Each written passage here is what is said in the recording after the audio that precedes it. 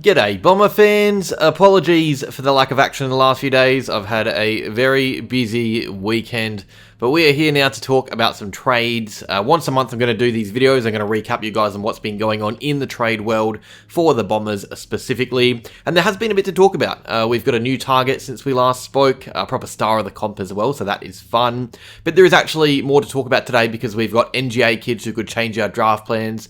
We've actually played AFL since last month's video, so we've got a good idea of what players are on the outer tad at our club, potential trade bait maybe. But first we're going to start with the known rumours player by player. We're going to start with potential outgoing ruckman Sam Draper. So this time last month it was all about him staying put, probably staying put. It was John Rowell who reported that he'd likely sign a long-term deal and that it would take something disastrous for him to leave the club. That is what he said. But there's been a bit of chatter lately, mostly led by old mate Cal Toomey, the GOAT. He suggested that the possibility that Essendon allowed Draper to leave to enhance our draft hand.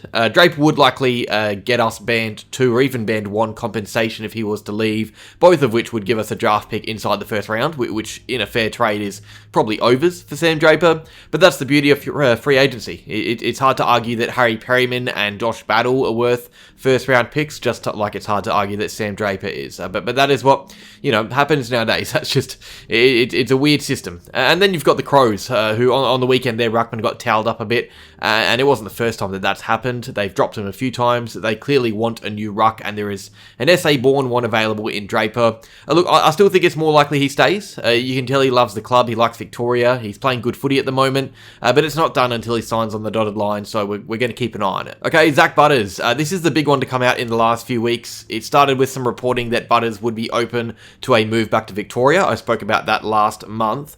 And then just in the last week, there were some clubs named, and that didn't happen last month. So we've got Hawthorn, Richmond, Collingwood, and of course Essendon. Those 4 clubs would be keen on trying to lure Butters to his home state, apparently. And look, there are layers here as well. So, sometimes there's news and sometimes there's news that you can put some pieces together. You've got the fact that he's Victorian. You have his relationship with Ken Hinkley, which is going to be cut short when he leaves the club. Hinkley, that is. There are reasons for him to want out. And the 4 clubs I named are all serious about making a play.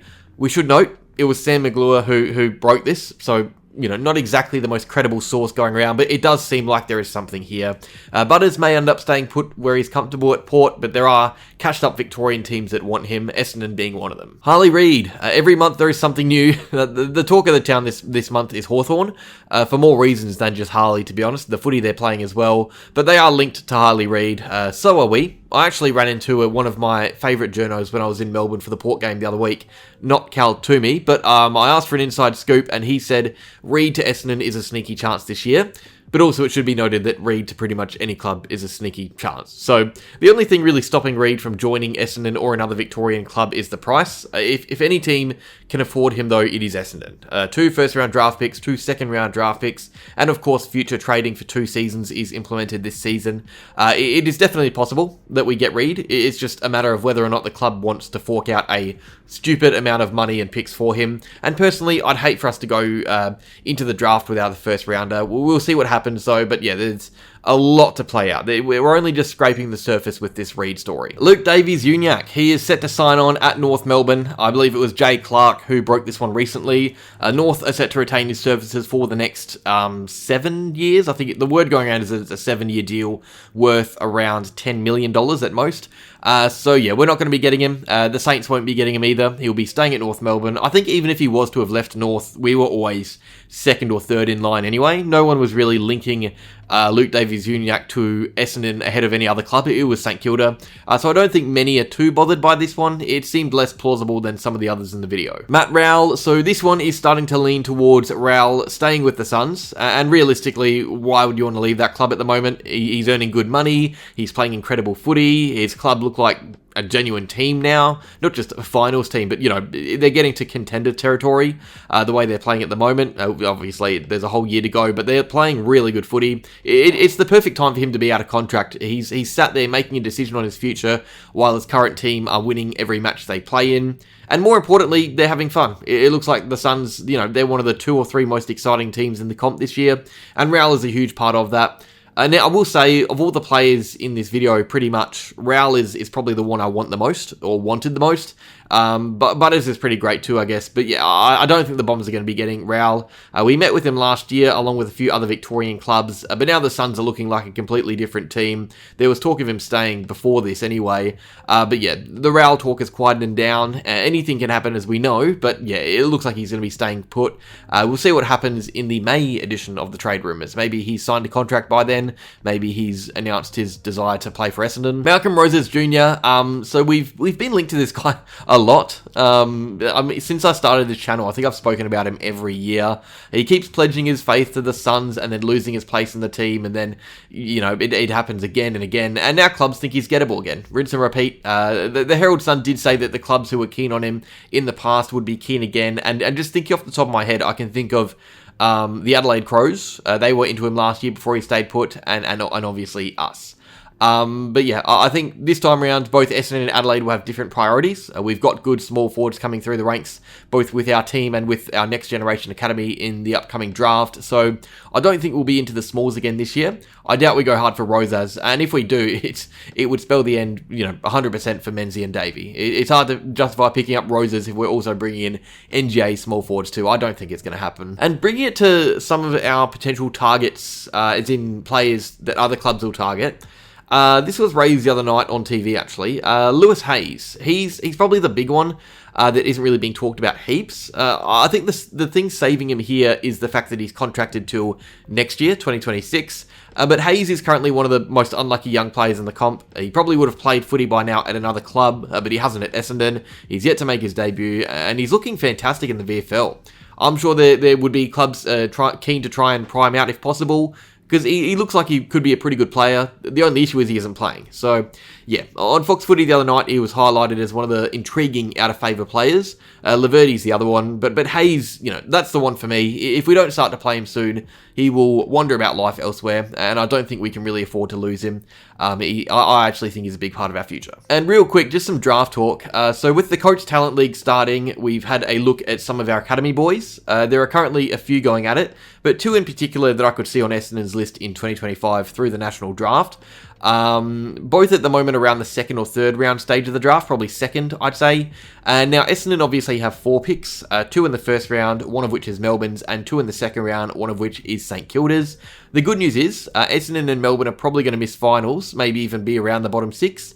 That makes, it's pretty safe to be taking players in the open draft before our NGA kids go in this draft, because I don't think either will be on the level of Kako. Obviously, that, happened with Kako last year, where we had to trade away pick 9.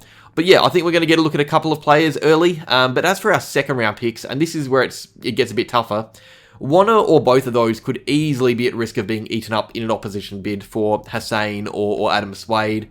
So I think what might happen later in the year is we might move those second round picks away to give us capital to match bids for Hussein, Elakar and Swade. Or if we're feeling extra funky, we could try and move up the order. So a team would actually give us a first rounder to grab those 2 picks, and I'd say I'd keep an eye on Gold Coast. They've got some high up academy kids. They're going to need draft capital. The way that the NGA bidding works now, second round picks are the way to go. You can't do it with picks 40 and 50 anymore. We've got 2 second round picks, so if there was a way for us to move up the order whilst also managing to build capital to match bids, that would be great, but also it is very tough to get done. It would be hard to do that without losing players or losing capital for next year's draft. Either way, though, our trading last year has put us in an incredible place to attack the draft and the trade period this year, so really good stuff from Rosa. That Melbourne trade was genius in hindsight, and there are people still, or maybe not still, but there were people, at the time silly enough to question it, and I am looking right at you, Mick Ablett. And finally, thanks to 3 Stumps who suggested this, but we've got some Tasmania chat. So it's a long way away from this, but there will soon come a time where we have to think about damage control when Tassie enter the comp, because there's going to be different rules when they enter. It's going to make it easier for them to bring in players from other teams to trade. So on screen are the players that I think are a watch for when Tasmania enter. And now they play in 2028, but in 2027 and 2028 they will be doing the groundwork. So here are some players that that are out of contract in those years, but also some linked to Tasmania for other reasons. So let's go through them. Starting with the ones out of contract in 2027, you've got Kyle Langford, who will be in his 30s, I believe, but still a reliable goal-scoring option, a leader. He won't really be that expensive at all, given he's a senior player, so definitely someone affordable for Tasmania while they're building. Definitely an option. Peter Wright's another one. Depending on where he is at with his footy, he could be seeking a fresh start elsewhere, and he's obviously got that longer contract, which means he's secure in the AFL system until then. Nick Martin, local Perth boy, but the cashed-up Devils would 100% think about a go for a player like Martin, another leader too.